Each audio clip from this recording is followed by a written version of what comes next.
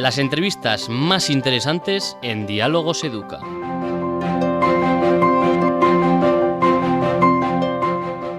Bienvenidos a Diálogos Educa, hoy en una nueva edición con la directora de Carmelita Sagrado Corazón aquí en Vitoria-Gasteiz, Nieves Baña, bienvenida.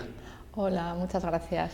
Vamos a entrar de lleno en un problema que preocupa mucho a la sociedad, a los niños, a los padres y, por supuesto, a todo un equipo docente. Hablo del bullying. Además, viene al hilo ya que recientemente se ha celebrado el Día de la Paz en los colegios. ¿Cómo se combate este germen que es el bullying, Nieves? Pues nosotros, sobre todo, lo que tenemos son tratamientos preventivos. Es decir, queremos ser proactivos antes de que aparezca el problema, intentar que no aparezca y trabajar pues temas de convivencia sobre todo y de respeto desde los niños, desde bien pequeñitos.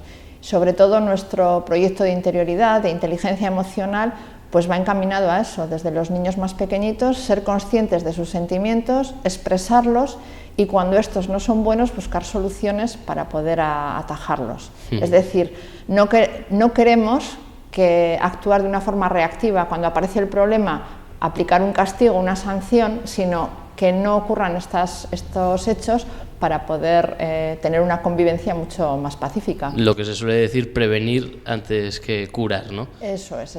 Yendo a una noticia más positiva, según publica El Correo y nosotros en nuestra web educarradio.es, hay más de 400 alumnos con altas capacidades en Euskadi.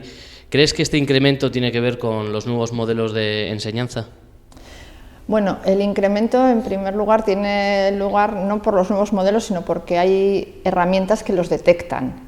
Pero yo ahí te diría, dada nuestra experiencia en este tema con alumnos de alto potencial, que 400 son muy pocos, son poquísimos.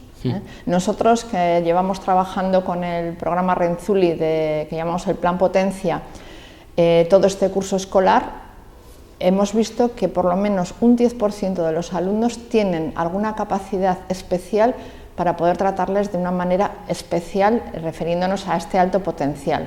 Es decir, no podemos hablar solamente de alumnos que tengan una inteligencia superior a 130, por ejemplo, que hoy venía en la prensa, sino que estamos hablando de alumnos que tienen también un alto rendimiento, que tienen también una alta motivación, con lo cual, y gracias a Dios, son bastante más que estos 400. En ese sentido, dentro del Plan Potencia, habéis estrenado un aula de enriquecimiento. Sí. ¿En qué se hacen estas aulas? ¿En qué consiste?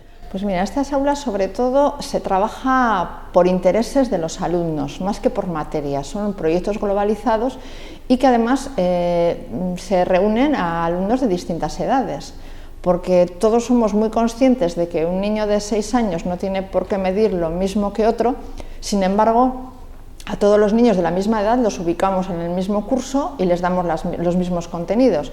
Entonces, hay niños que esos contenidos les vienen grandes, a otros que todavía no llegan a entenderlos, y con los alumnos del Plan Potencia lo que estamos haciendo en el aula de enriquecimiento es darle ese plus de más que ellos requieren, pues para que sean alumnos excelentes, pero no excelentes en el sentido de que sean perfectos, sino excelentes en la medida que puedan desarrollar todas sus potencialidades. Es decir, esto es lo que he hablado, lo de las inteligencias múltiples, ¿no? Que cada uno tiene una faceta en la que puede destacar. Eso es, va muy unido a todo ese concepto de inteligencias múltiples, porque cuando hablamos de una sobredotación o una superdotación, como puede aparecer o como tenemos la mayoría de las personas ese concepto, estamos hablando sobre todo de talentos matemáticos, de talentos lingüísticos, una persona que es muy hábil para la física, y sin embargo pues la alta motivación o el alto rendimiento puede ir también por otras inteligencias que no tengan por qué ser la matemática o la lingüística. Por ejemplo, de ser un buen líder, digamos. Eso es, por ejemplo. Pasando ya a Carmelitas, centrándonos más en el centro, realizáis multitud de proyectos, como se puede ver en la página web, y uno de ellos es el proyecto Tic-Tac. ¿Qué es esto del proyecto Tic-Tac? Bueno, son las siglas de tecnologías de información y la comunicación y tecnologías de aprendizaje y conocimiento. Entonces, es unir la herramienta tecnológica, como puede ser el ordenador, la tablet, el iPad, y aplicarlas a la educación, al aprendizaje y al conocimiento. Entonces, nosotros utilizamos las tecnologías en infantil por chocos y en primaria y en secundaria, ahora en primero de la ESO, con el ordenador, el iPad, uno por uno, es decir, todos nuestros alumnos tienen vía directa con el profesor a cualquier hora del día o de la noche para poder ponerse en comunicación con él, para mandarle los trabajos, para que el profesor le responda, etc. Las tecnologías están cada vez en todos los centros más metidas en las aulas. ¿Hasta dónde se va a llegar? Sí. Bueno, la tecnología es una herramienta, eso también para nosotros es algo muy claro.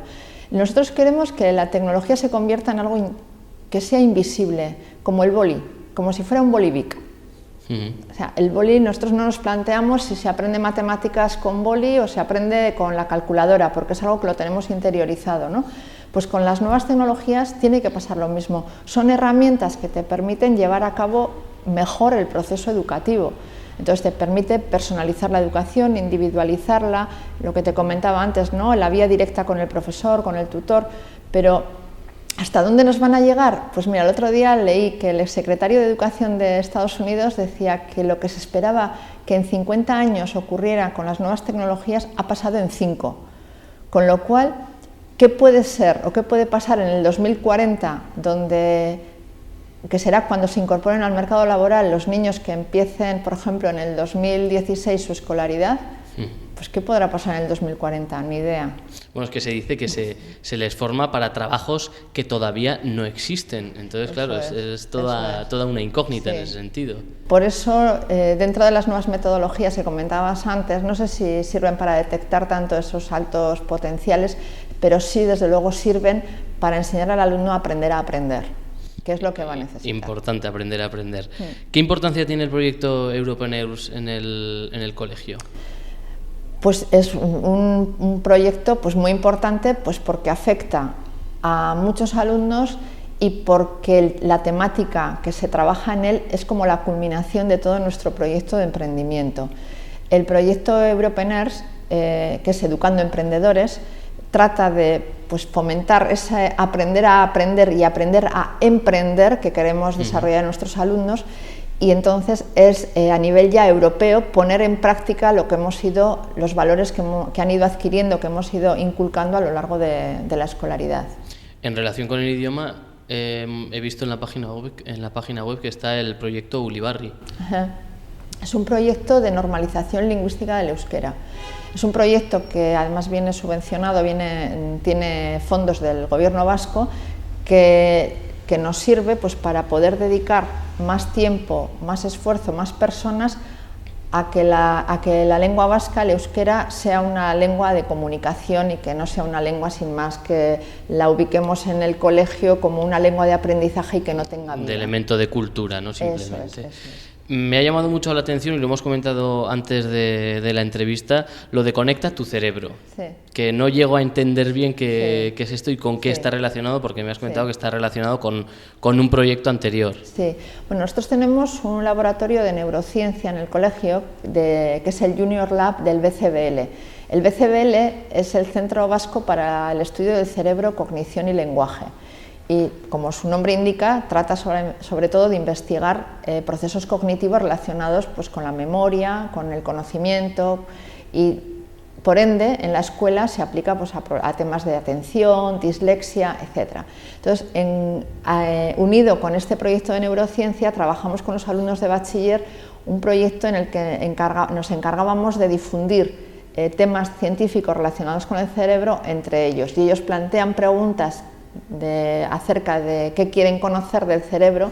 Luego esas preguntas se valoran por importancia por otros alumnos y los investigadores las responden.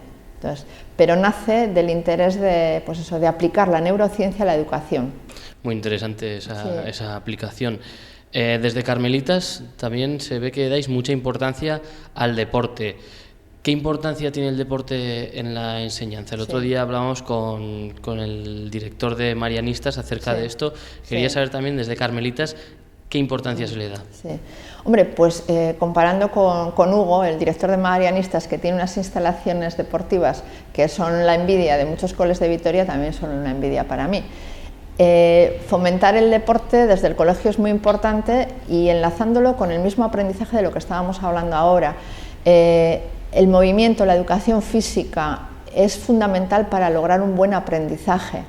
Las neuronas que se encargan de los aprendizajes motores son las que ayudan luego para los aprendizajes de tipo más conceptual, más cognitivo. Entonces, todo lo que tenga que ver con el deporte es importante para el aprendizaje y luego además es importante per se para la educación física, para la salud física de las personas. Entonces, lo fomentamos a nivel en horario escolar, pues con las clases de educación física, psicomotricidad, estimulación temprana en los más pequeños, y a nivel extraescolar, pues con una amplia oferta de extraescolares deportivas. Con diferentes actividades. Eso es. Potencia la inteligencia del deporte, también la potencia la música. Ajá. ¿Cómo se enseña con música aquí en el colegio? Pues aparte de la asignatura curricular que damos obligados, ¿no?, por la administración, desde bien pequeñitos en el programa de estimulación temprana se trabaja la inteligencia musical y también como complemento a lo que se hace en el colegio contamos con la Escuela de Música Vedruna, que está ubicada aquí mismo en el colegio y que muchísimos de nuestros alumnos pues van a hacer o solfeo o lenguaje musical o un instrumento aquí mismo en la escuela, porque lo que está muy claro es que la música ayuda para aprender, para conectar muchas partes de nuestro cerebro, unas de ellas muy importantes son las relacionadas con las matemáticas. Por último, me gusta acabar siempre con estos temas más sociales, y es que he visto que tenéis un grupo de solidaridad. ¿Cómo se potencian este tipo de valores en el colegio? Sí. Hombre, pues es la línea de centro, es la razón de ser del colegio. Esto es un colegio religioso, la entidad titular son las Hermanas Carmelitas Vedruna y bueno, tiene su propia ONG que es Solive, Solidaridad Vedruna. Nosotros colaboramos con ellos anualmente, con esta ONG y con otras en algún momento, pues como puede ser Manos Unidas, UNICEF, depende de los momentos. Pero como te comentaba, la razón de ser del colegio es la educación en valores humano-cristianos. Y los niños desde muy pequeñitos pues están, yo creo, mentalizados y concienciados de que somos todos sociales y que aquí en la Tierra hay sitio para todos.